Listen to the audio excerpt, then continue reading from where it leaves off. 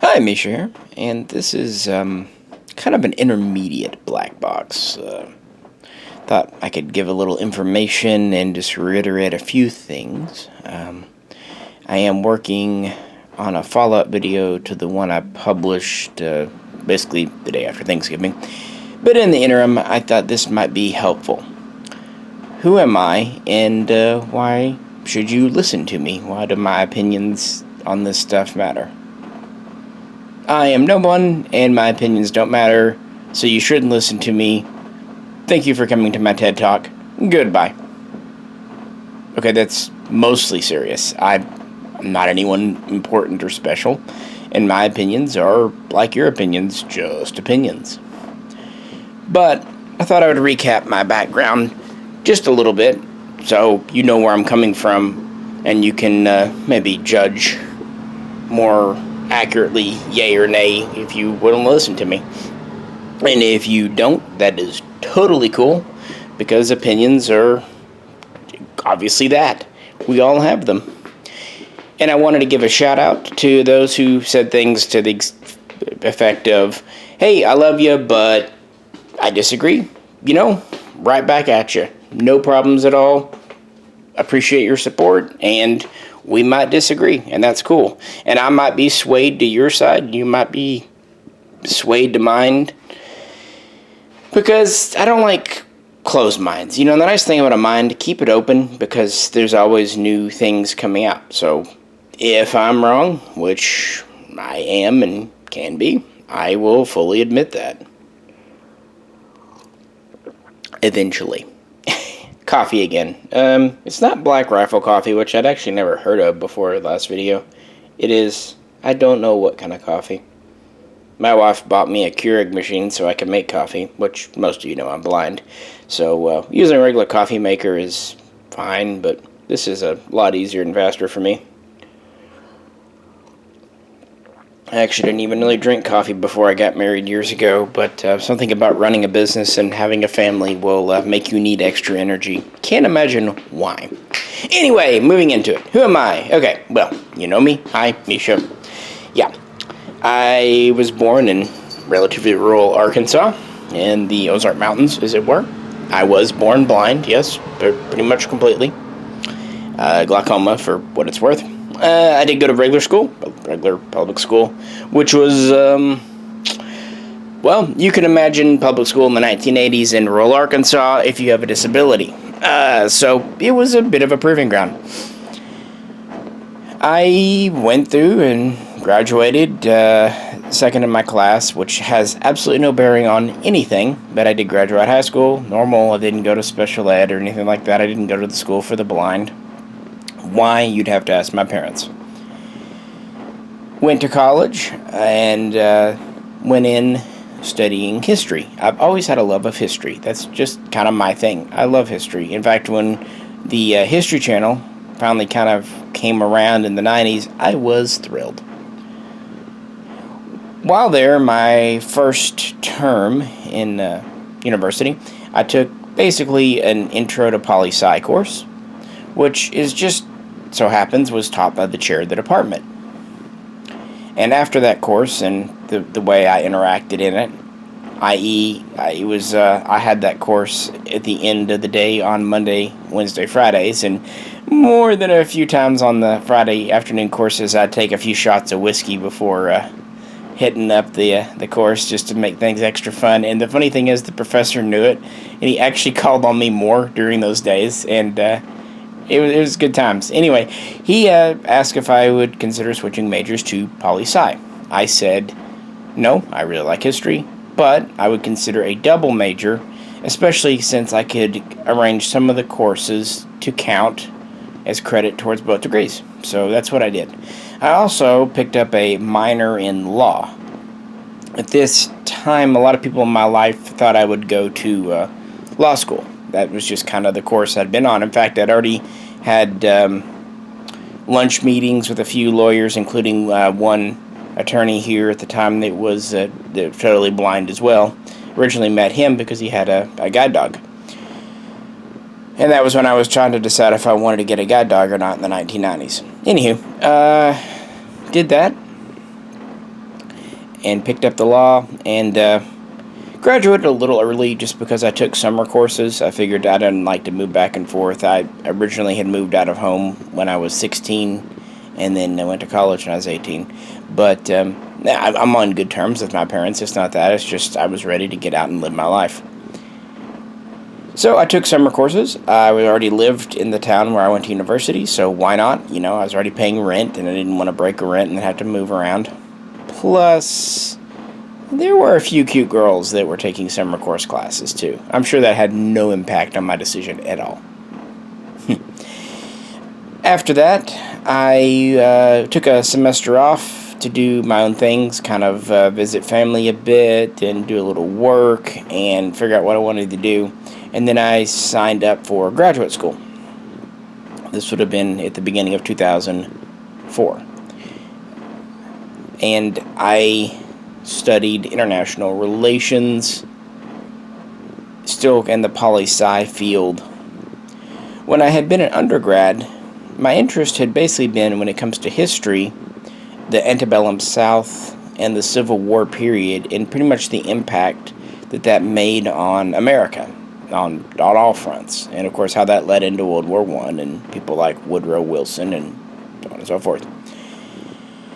I also, surprise, surprise, had an interest in Russian history. Now, a lot of this has to do with we had a very great teacher at the university that just really made Russian history fun. She brought out the quirkiness of Russian history, a trait that I kind of still embody today. It is such a bizarre history, and it would read like fiction or a soap opera, but it's real. In the political science realm, kind of counter to that, or complementing that, rather, I should say, I studied Cold War politics, Russian politics, American politics, for example, the JFK Cuban Missile Crisis situation, Bay of Pigs and all that. Up through, of course, Ronald Reagan and all of that with Gorbachev. I was really what else I studied in poli-sci. I was interested in the basic forms of government, how they differently managed and things like that, but I wasn't ever really interested in predictive elections. However, the advisor of the department, the chair of the department, became my advisor, and his deal was statistics, data collection, what's known as methods. Data collection, data analyses, basically authentication of data, cross-checking.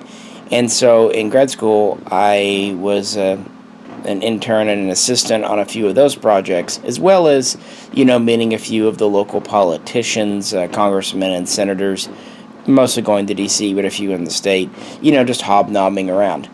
The one issue I ran into in this time period, 2004, 2005, this was the time when Putin was only starting to kind of rise in Russia. And I was telling them, look, Russia's still around. They still have resources. Yeah, they went through a pretty good depression in 98, 99. But with Putin coming in, things were starting to slowly but surely change, starting to move. But at this time, a lot of them were still patting themselves on the back for winning the Cold War. And, of course, the Middle East was all anyone ever thought about. Most people I met at grad school were studying the Middle East, Farsi and Arabic and everything, and it was kind of funny. But anyway, that's what they were studying then. But my thought was, why study what's relevant today? Because by the time you achieve your doctorate, it's going to be tomorrow. Try to study what might be valid tomorrow. And so I thought a modern post-Cold War, post-Soviet study would be relevant. And, some in the department agreed, but local politicians, the people you need to kind of sponsor you and get in with, it just wasn't on their radar. They were probably thinking they wouldn't even be in office or would be old enough to not care. And you kind of went from there. I continued on my path. I also, coffee again, I was doing the international relations thing by studying at law school. Kind of drawing upon that, the kind of minor studies in law. I studied international law for a couple of terms at our local law school, which was considered pretty much the best one in the state at the time. At least it was the most acknowledged, kind of affluent, whatever. So I spent some time in law school, which I actually really enjoyed. I like the debate thing of it and looking at case law. And international law is very interesting because there's basically no Supreme Court to take things to, so it's a little bit of the Wild West, even today, especially 20 years ago when I was doing it. So I did those things, and I think at this point, to be honest, coming into 2005, I was burned out. I had been studying my entire life. Obviously, because I was blind, I couldn't just go flip burgers as my advisor recommended everyone do for a semester just to blow off steam. I did party quite a bit. I think when I first moved into the dorms, the way I earned respect was essentially chugging a bottle of vodka. I could hold my liquor back then. But I always had a rule that has stood me in good stead my entire life. I never would drink 2 nights in a row. So as I saw a lot of my, for example, fraternity brothers kind of go down that path, I managed to maybe skirt it a time or two in my life, but never let it impact my studies. So my studies stayed fine. I always tried to put work before play, and I guess it helped that I enjoyed the work. I enjoyed studying.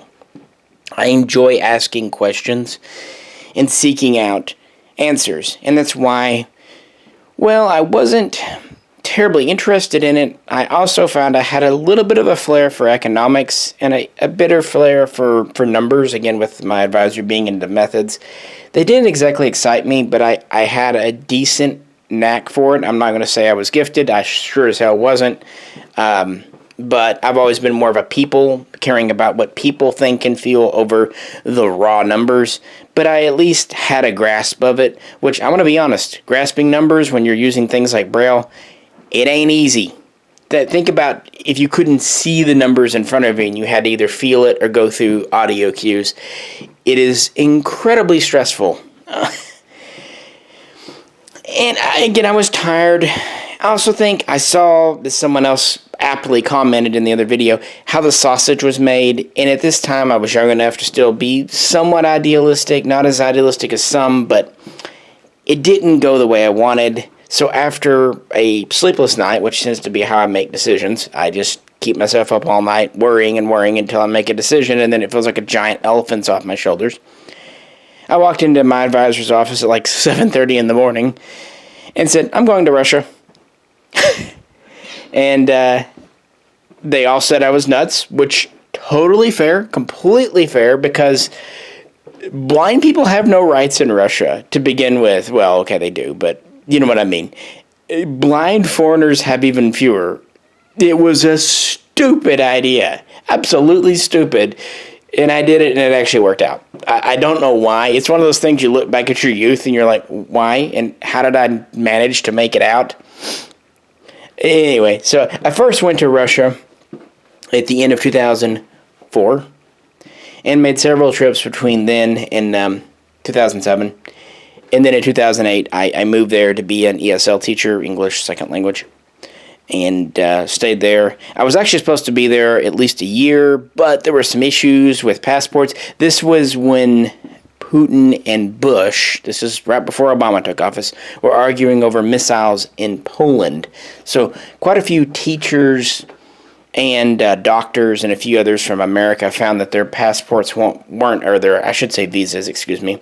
being re-upped. The way the Russian system worked at the time, I don't know now, you basically had a visa that lasted 3 months, and then usually renewing it was just a matter of course. But if they decided they wanted people out, they could just not renew it, and then boom, you're out. So I left early after 9 months and came back home. And this is into 2009 now, and this is not great economic times. I had a hard time finding work, even though I had graduate education. I finished all that up at the end of 2006, and had undergrad. A lot of times when you're doing that, you'll hear things like, oh, you're overeducated, which is just a polite way of saying no, fine, what have you. On the other hand, teaching jobs are not especially lucrative. It just wasn't working out. For one thing, I wasn't going to sit on my hands. I cannot be bored. That is the worst torture. If you want to know my vision of hell, it would just be utter, unrelenting boredom.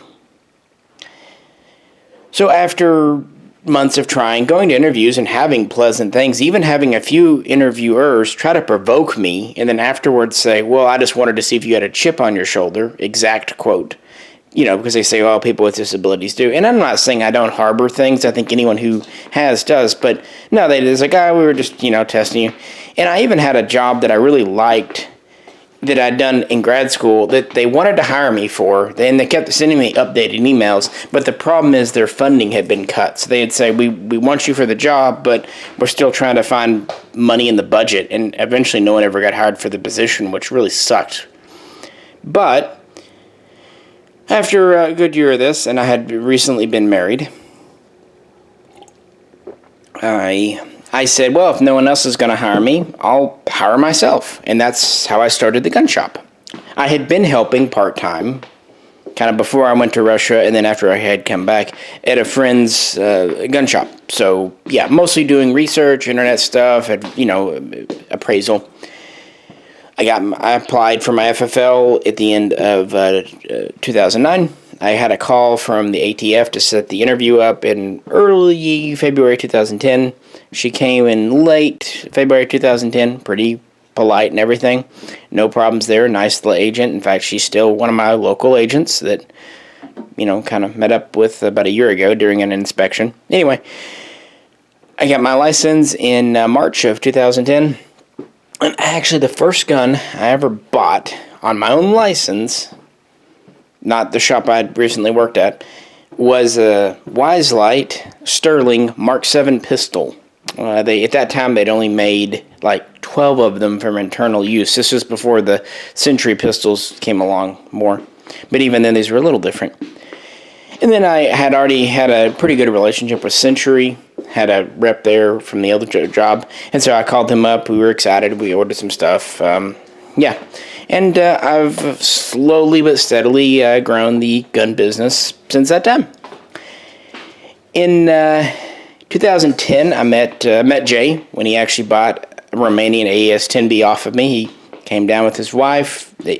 Our two wives met, ended up going to lunch. And in 2011, we had kept in contact and started the YouTube channel. In fact, the first video we did was published July of 2011, and it was on the Sig Sauer S551A1.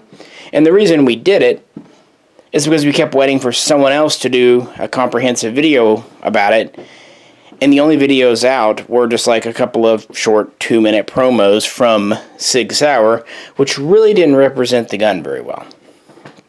And for the first 3 years, up to about 2014, we really just did a few videos here and there whenever we'd meet up, because we lived, about an hour and a half apart. And then in 2014, I moved closer to where Jay lives, not still in the same town exactly. We live one town over from each other, but I moved back near to where I went to university, Northwest Arkansas. And so now, instead of being an hour and a half apart, we're about 30 minutes apart, which means we're able to do more content. And then we started trying to make it more of a regular thing, publishing videos every couple of days. And things were improving, going good. We started getting Patreon support because people asked. And then, of course, 2020 hits and COVID and all that. So even though the video output has not really changed, at least on the numbers, you'll notice I'm trying to do more camera work myself, and that's because I just don't really have someone here on the regular anymore to do camera work.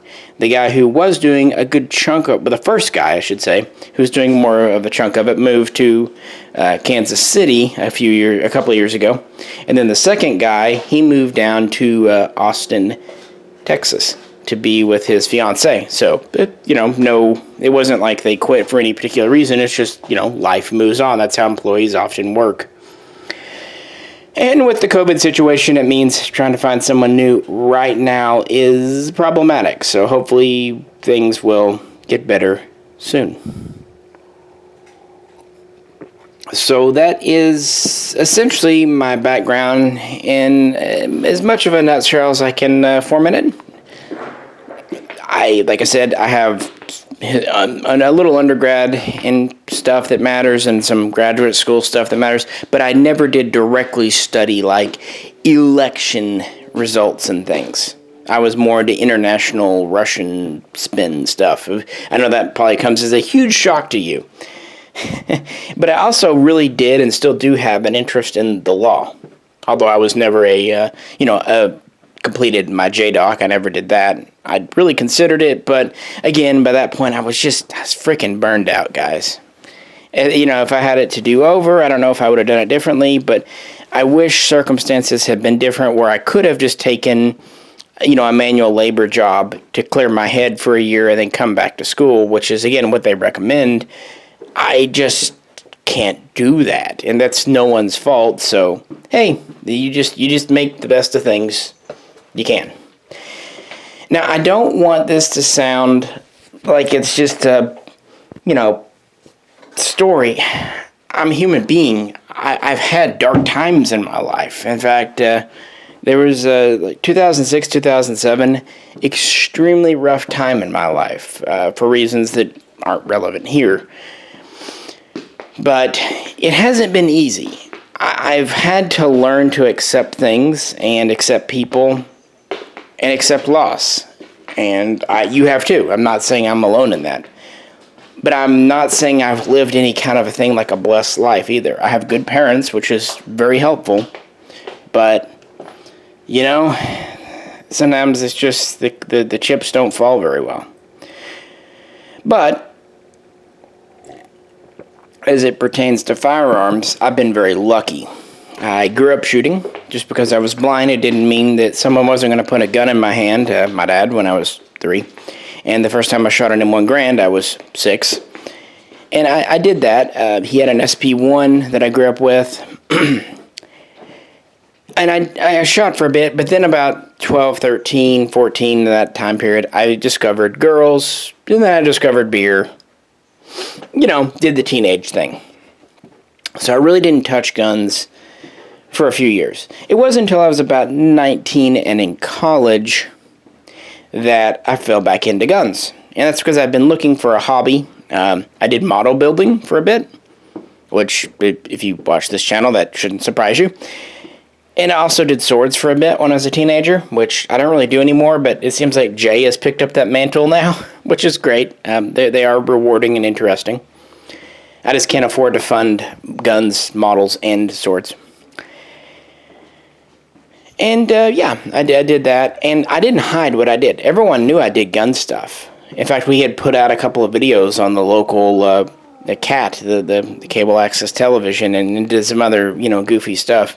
And believe it or not, you would think being in poli-sci, and especially in grad school, I might have received some pushback and ridicule. But honestly, I can't remember it. If I did, it was so minor that I've forgotten about it. In fact, my advisor, that was one of the things when we were kind of doing the meet and greets of getting to know each other, because in grad classes, it's more of a roundtable discussion, at least where I was at, with as few as 8 people, maybe at most 15, and you all get to know each other pretty well. You even have drinks after class, so that when we were just like sharing our lives and everything, that was one of the things he kind of encouraged me to voice about myself, because it was an interesting factoid, and a few of the people even went shooting with us and seemed to really enjoy it. I even shared it, although, guardedly because of jobs, with some of the people I met at the International Students Center, and they enjoyed it too. It was just, you just had to be cognizant of what you were doing and be a good diplomat for the gun community. So I've tried to be active. I'm nowhere near as effective or important or game-changing as someone like Tim Harmson from Military Arms Channel. But in my own little way, I've tried to show who we are as a community in a positive light. That we are very much law-abiding people. That we're, for the most part, family people. I mean, by the very definition of owning a firearm in America, you can't really have a criminal record. And that we're just people wanting to do our thing. We're not some soldier. We're not Dale Gribble. How about I just say that? I've been trying to show people for the last 20 years we're not fucking Dale Gribble. Does that make sense? Yeah. And so I've taken the opportunities when I could. I did win an award in 2006, 16, 17 for small business. And that got me, a letter from my local senator, and I was on TV a couple of times here. Nothing important, but when I had those small opportunities, I tried to promote that who we are, that we're not villainous as some of the wokesters, as my wife calls them, on the far left portray us to be. And of course, the main thing is the Mishaco channel, where Jay and I mostly bring you, hopefully, decent reviews of guns, and I try to bring history to you, even though I'm sure it's overly long and overly boring for a lot of you. Apologies for that, but I really love history. What can I say? And I also kind of have this love for mechanics. I love how these little pieces of metal, things that were basically rocks in the ground, that after lots of industrial treatments and forgings have been turned into things that can contain an explosion. That is so cool. That's who I am. As far as my politics, it should go without saying. There we go. I've been talking for a bit. Saying that I am very much pro 2A. It has made a huge positive difference in my life, and the community I've met has been awesome.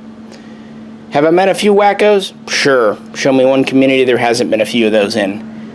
But that is a fraction of a fraction of a fraction of a fraction. Most gun people are really decent humans. And you know that because you're probably one of them too. If you're not, hey, we're probably maybe not what some paint us out to be. Other stuff. I'm pretty much pro marijuana because I figure, hey, let us have guns, let them have weed. Give the wokesters and anyone else weed. That mellows them out. They're happy. We can do our thing. They can do theirs.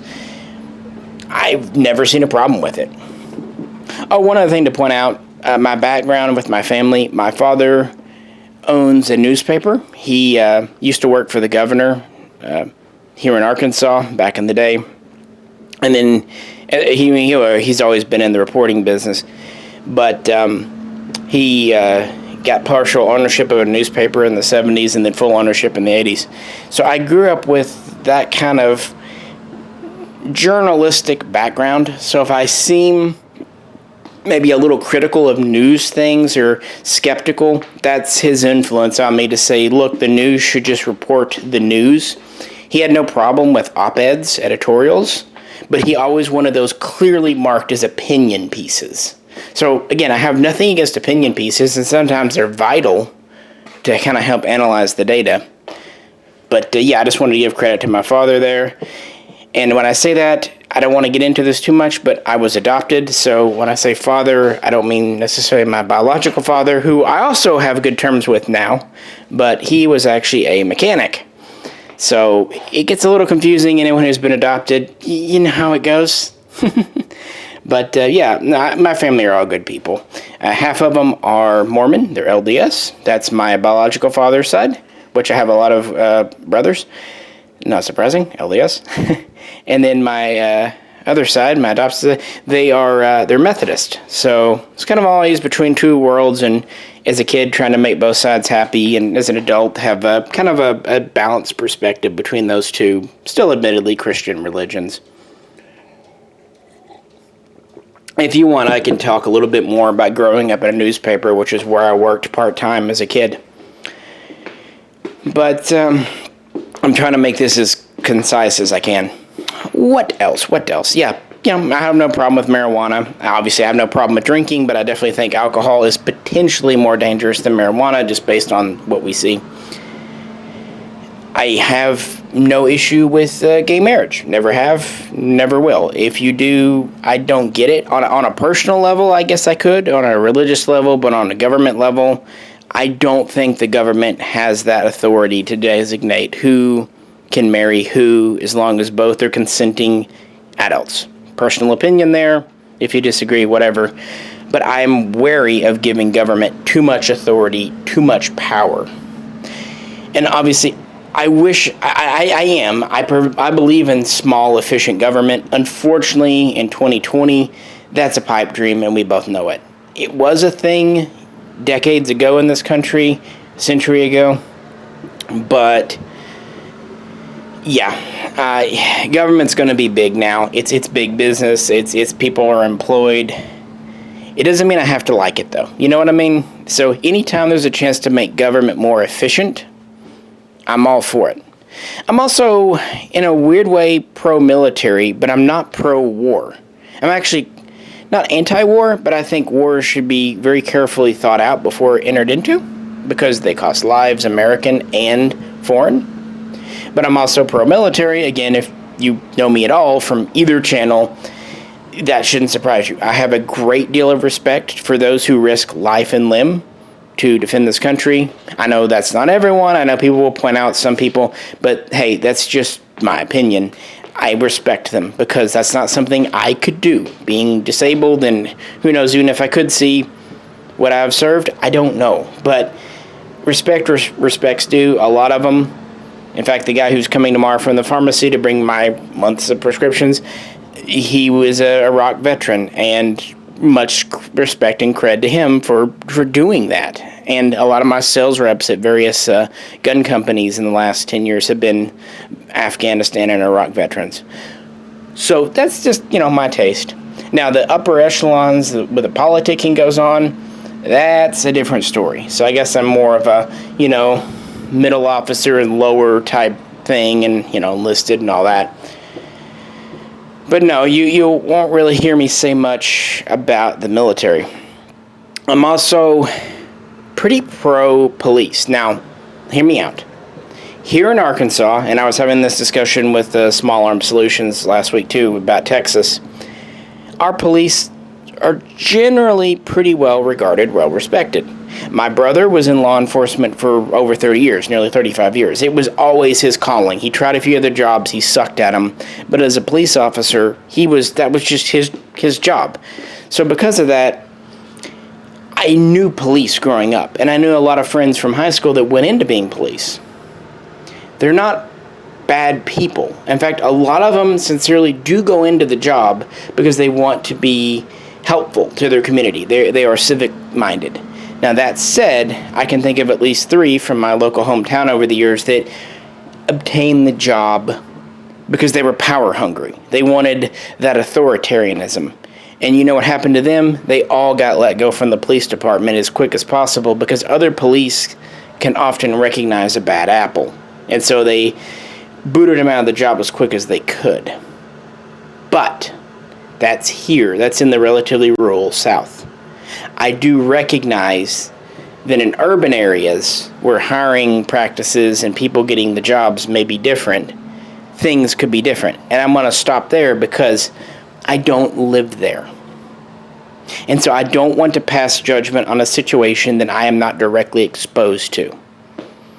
I'll just say it with that. But generally, I think the idea of defund the police is stupid because literally throughout all of civilization, we've had something like a police, a militia, to protect citizens' interests. And it's doubly stupid if you're anti-gun, if you're gun control, on top of defund the police. So, no police around. Citizens aren't going to have guns to defend themselves. That sounds like a gangster's paradise, to quote something from the 90s. I mean, think about the only people that would have... I mean, that's basically just given... Okay, what is it? Which planet is Tasha Yar from in Star Trek? I always forget. It doesn't matter. Where the gangs took over. You would have that. You think LA, Chicago are bad now? Defund the police and take all the guns away from honest people? You would have Tasha Yar's home planet. And the only thing we all remember about her time on Next Generation is that she came from a planet with rape gangs. Just saying. Just saying, it's dumb. But hey, when does politics not contradict itself? So, yeah, there's some of my political views. I try to be... I guess I am a moderate. I'm not an extremist. I don't like extremism. In my opinion, America has always been a relatively centrist country. We can kind of go to the left We can kind of go to the right, like look at the 1930s versus the 1950s. But we're basically centrist. And that tends to be, when you look at history, when you look at studies in political science, what democracies lean towards. When extremism comes in, you have authoritarianism. If it goes to the left, you have something like Soviet Russia. When it goes to the right, you have, of course, fascist states. We don't want extremism. And I think that's the one thing I hope you take away. I just don't want extremism, because in the middle, we can communicate. We can view each other as fellow Americans, not as the enemy. By the way, I'm pointing. I know it's a black box, so you can't see it, but I'm actually pointing at, I think, Seamus the cat. But anyway, sorry, Seamus, you're the enemy for this example. That's not right, because at the end of the day, we're all Americans, and we need to remember that. These things aren't worth tearing our country apart over. We have disagreements. You and I might, or even if you and I agree, we might disagree with whatever your brother believes, or sister, or mother.